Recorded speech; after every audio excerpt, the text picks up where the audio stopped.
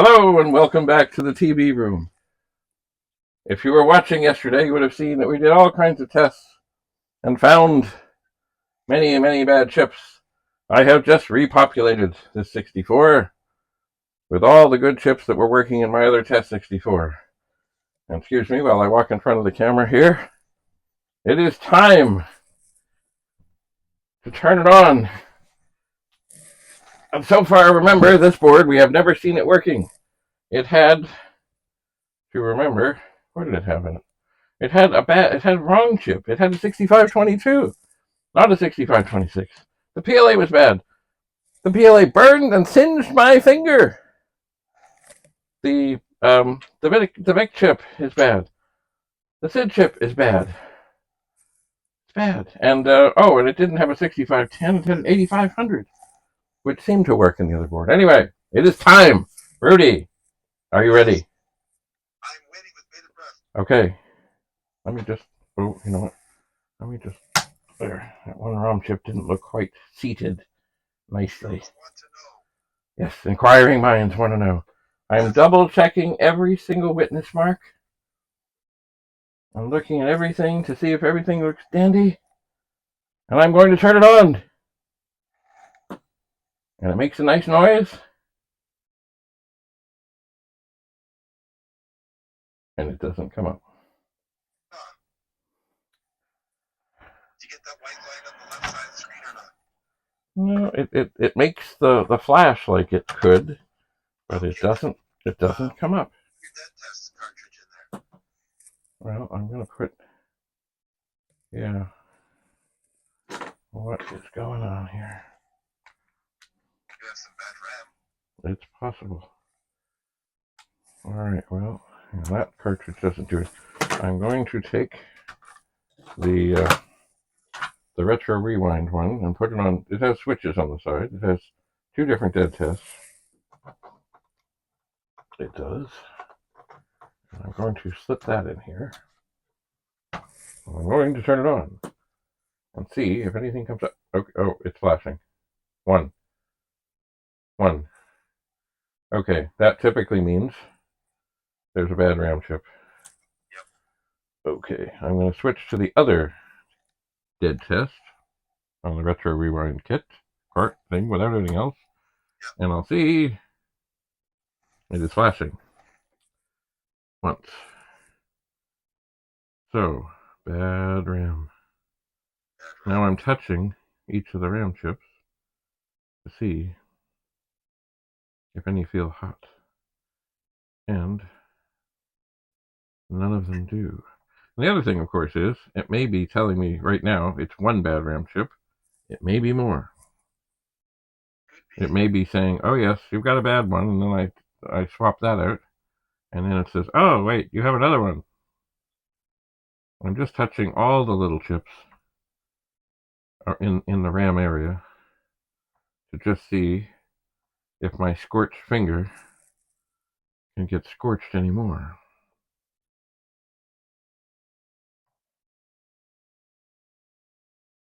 And so far, nothing jumps out. So I will have to refer to, probably online, there's something that will tell me which one I should aim for. Yeah, so it's funny, I was going to go at the 64C that has a big board in it and unsolder 6526, the U1, which it's both diagnostics tell me U1 is bad. Okay, and, so you have, sorry David, yeah. You have one flash, and what board is it? Is it the revision A or B? Oh, the 64 thing here? Yeah. Well, it's the assembly number 250425. I don't know what the well, it's not. Okay, it's not the earliest. It's like it's not the. It's got the 8-pin video. Okay, you know what? Probably this. Okay, the second. If you're looking at something there, yes, probably it's talking about the Super PLA as opposed to the non-Super PLA. Okay, well then, I'm showing one flash is U12 if it's a C64 revision A/B, and it's U9 if it's a 64 64 revision E, like Edgar, is U11. Good God. Well, what is it? See, on some of the ones, the later, they have a lot less RAM chips. Yeah. So, sorry. Okay, the first. That's the revision E, where I have 2 chips. Okay, the first one that you made mention of, you thought it was which one? U12. U12. Oh, yeah, there's a U12. There are 8 RAM chips in here. Okay, so that's probably the one. And what was. Okay, so the revision, the first revision has 8 different chips. The second one, which is B3, has 2 sets of chips, and the E has 2 sets of chips. So it's got to be the first one, which is U12. U12. Okay. Great. Oh, and you know what I look at now? I look at the shield on the bottom. Right. It's never been removed. Oh, fun. That is a pain. It By is. the way, I'm picking this information up from my Commodore diagnostic spreadsheet on my GitHub page. Aha! Look at that. Yes. And what is your? How does someone get to that? Just go to GitHub and look for Rudy's Retro Intel. Aha! GitHub, Rudy's Retro Intel. There's all kinds of. GitHub, and you'll find it, and then it's under the diagnostics. All kinds of valuable information there. Well, I think what I'm going to have to do is I'm going to have to unsolder. But before I do that, I'm going to have to find my bigger soldering iron, because generally a regular soldering iron doesn't get the shield off nicely. Right. It's not strong enough. So I have to find my Weller. The big one. And heat it up. Okay, well, hang on, but we're going to wrap this up here. So, let's see. One last summary of this 64. Bad VIC-2. Bad PLA. Yes.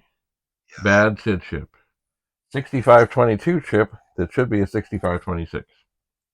An 8500 chip that should be a 6510, but the machine seemed to work with it. So it does seem that it had the 8701, which is the support chip for the VIC chip, was good. One 6526 chip appears to have been good, and the 3 ROMs appear to have been good. Besides that, they were either the wrong chip or dead. Right. So indeed, I can see why the fellow I got this from would have been some frustrated. Yes. Some frustrated. So, just a second, I will take the sheet of paper.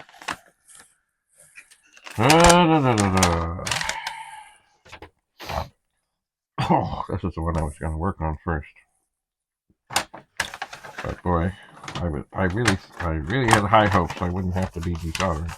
Okay, so VIC-2, SID, PLA, bad,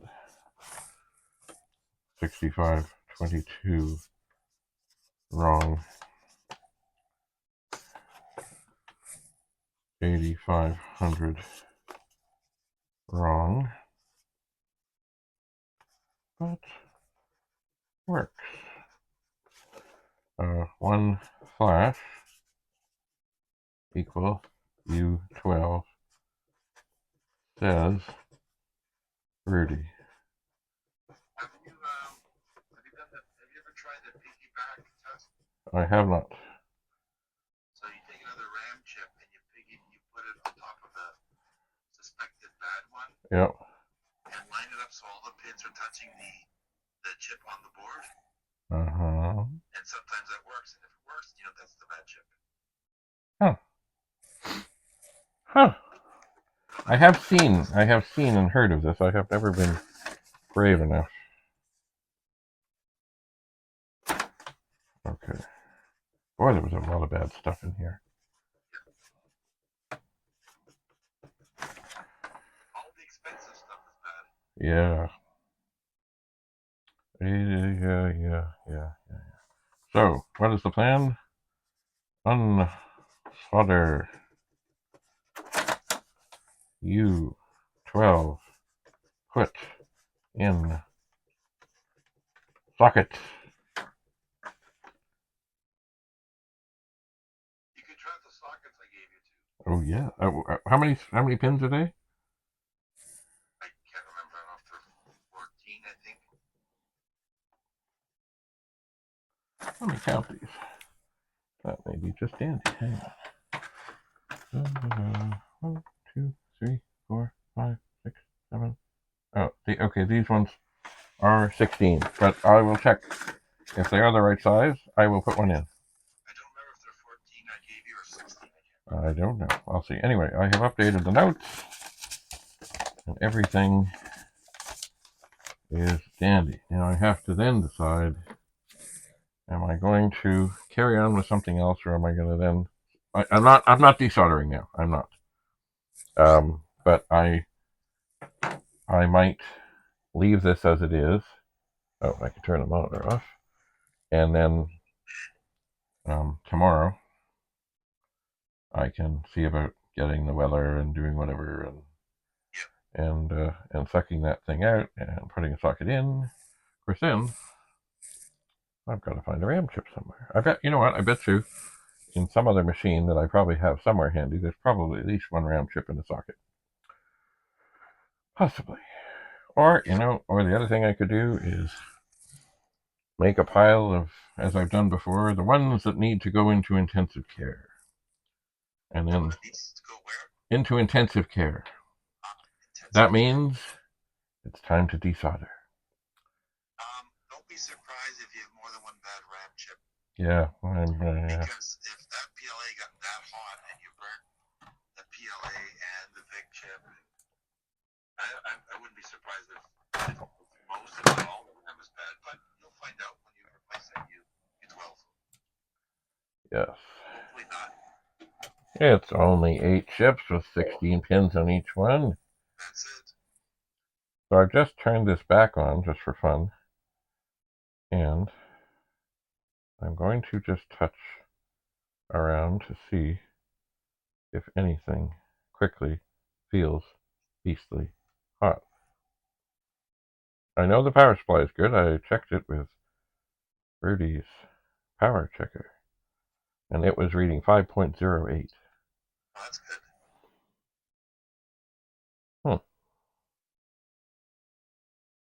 The VIC-2. Any of the other chips getting warm? Well, right now the VIC-2 chip is definitely warm. But the PLA is fine.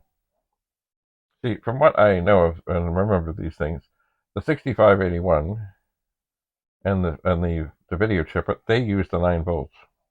Right. So, but anyways, but the VIC chip it's not like scorching, but no, it's gonna get warm. It's warm. Yep. All right, I'm going to turn this off.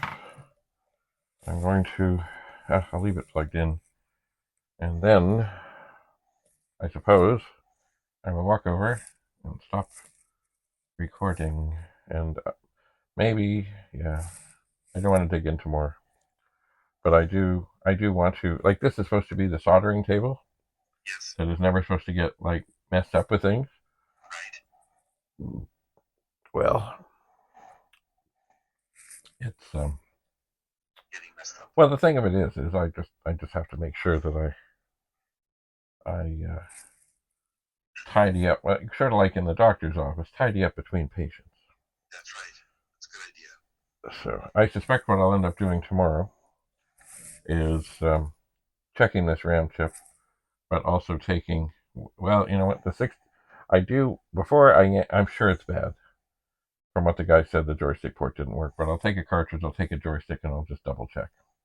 And then the U1 will come out, and the socket will go in, and then that 64C, which is badly yellowed and will get thrown. Let me just peek at this one here. I don't want to mix them up. I think it might be the same version of the circuit board. What version of the circuit board is this? It is not the same. It is very similar, but it is a 250 466. And these two I've been working on are the 425. And this one here, I don't think I've ever seen a board so dusty. It's beyond, like, I've already taken a brush to it, and it's still dusty. It's massive. And I've blown on it, and it's, yeah.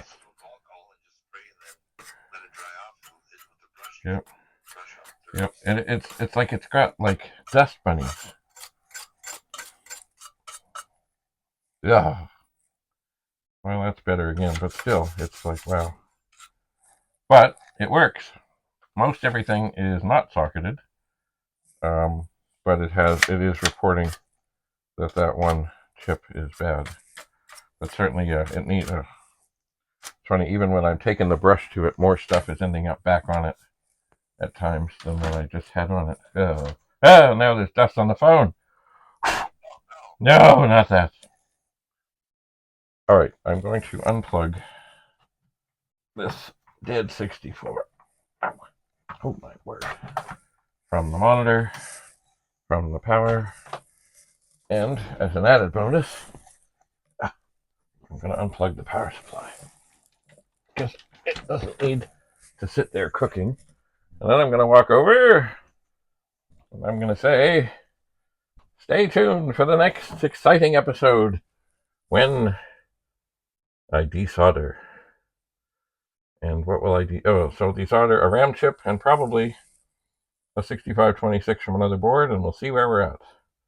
So thanks so much for being here. Thanks for coming. Have a lovely, lovely, lovely day. And you probably can't hear Rudy say goodbye, but I bet you Rudy is saying goodbye. Yeah, but I'm way over here with the microphone. So I am going to press the magic button. We'll see you again. Bye for now.